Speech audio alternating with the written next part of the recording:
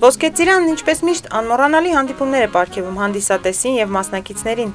Հրաշալի է տեսնել նոր ֆիլմեր։ Նույնչափ հրաշալի է ծանոթանալ մարդկանց, որոնց անունները թնդում են ամբողջ աշխարհում։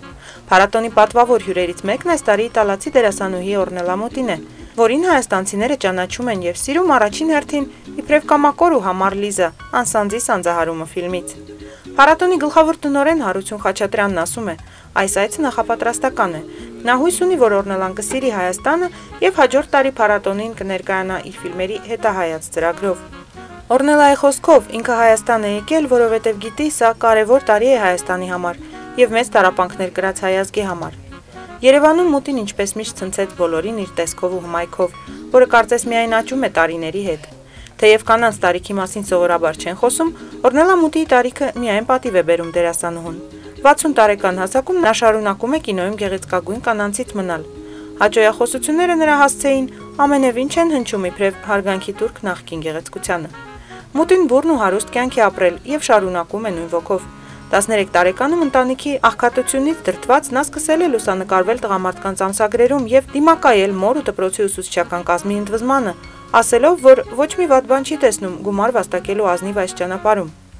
14 տարեկանում պատահականորեն նա մտնում է կինոյի աշխարհ եւ կարողանում տպավորիչ կինոկարիերա ունենալ։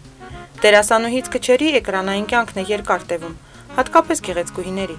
Սակայն Օրնելան շարունակում է նկարահանվել եւ նոր ծրագրեր կազմել։ Նրա ամենահայտնի ֆիլմերից են ժողովրդական ռոմանսը, ապասիոնատան, Կախարդվածը, Իմ քույրը եւ ես, Առաջին սերը եւ այլն։ Նկարահանվելով Կոմս Մոնտե Կրիստո, Օսկար, Ֆլեշ Գորդոն ֆիլմերում նա հայտնի է դարձել նաեւ որպես միջազգային դերասանուհի։ Ոսկե ծիրանն այս տարի պատվում է Օրնելա Մուտիին Ֆոլկեր Շլոնդորֆի Սվանի սերը դրամայի ցուցադրությամբ։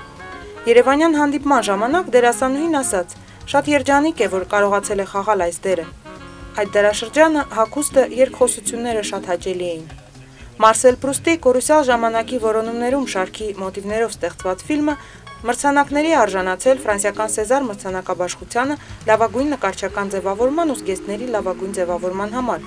Գերմանացի կինոքննադատների մրցանակի արժանացել երաժշտության համար, ինչպես նաև ներկայացվել է բրիտանական Բաֆտա մրցանակին, իբրև օտարալեզու լավագույն ֆիլմ։ Օրնելայի խաղընկերներն այս ֆիլմում մի աստղաբույլ են կազմում՝ Ջերեմի Արոնս, Ալեն Դելոն, Ֆանի Արդան։ Ֆիլմի երևանյան պրեմիերան կայացավ հուլիսի 13-ին Մոսկվա կինոթատրոնում Օրնելա Մուտիի մասնակցությամբ։ Եվս մեկ ցուցադրություն կլինի հուլիսի 19-ին փառատոնի փակման օրը։ Դոննա Բամբինա, կին երեխա, այսպես են կոչում Օրնելա Մուտիին հարազատ Իտալիայում, ընդգծելով նրա անզուգական կանացիության եւ մանկական անմեղության զուգակցումը։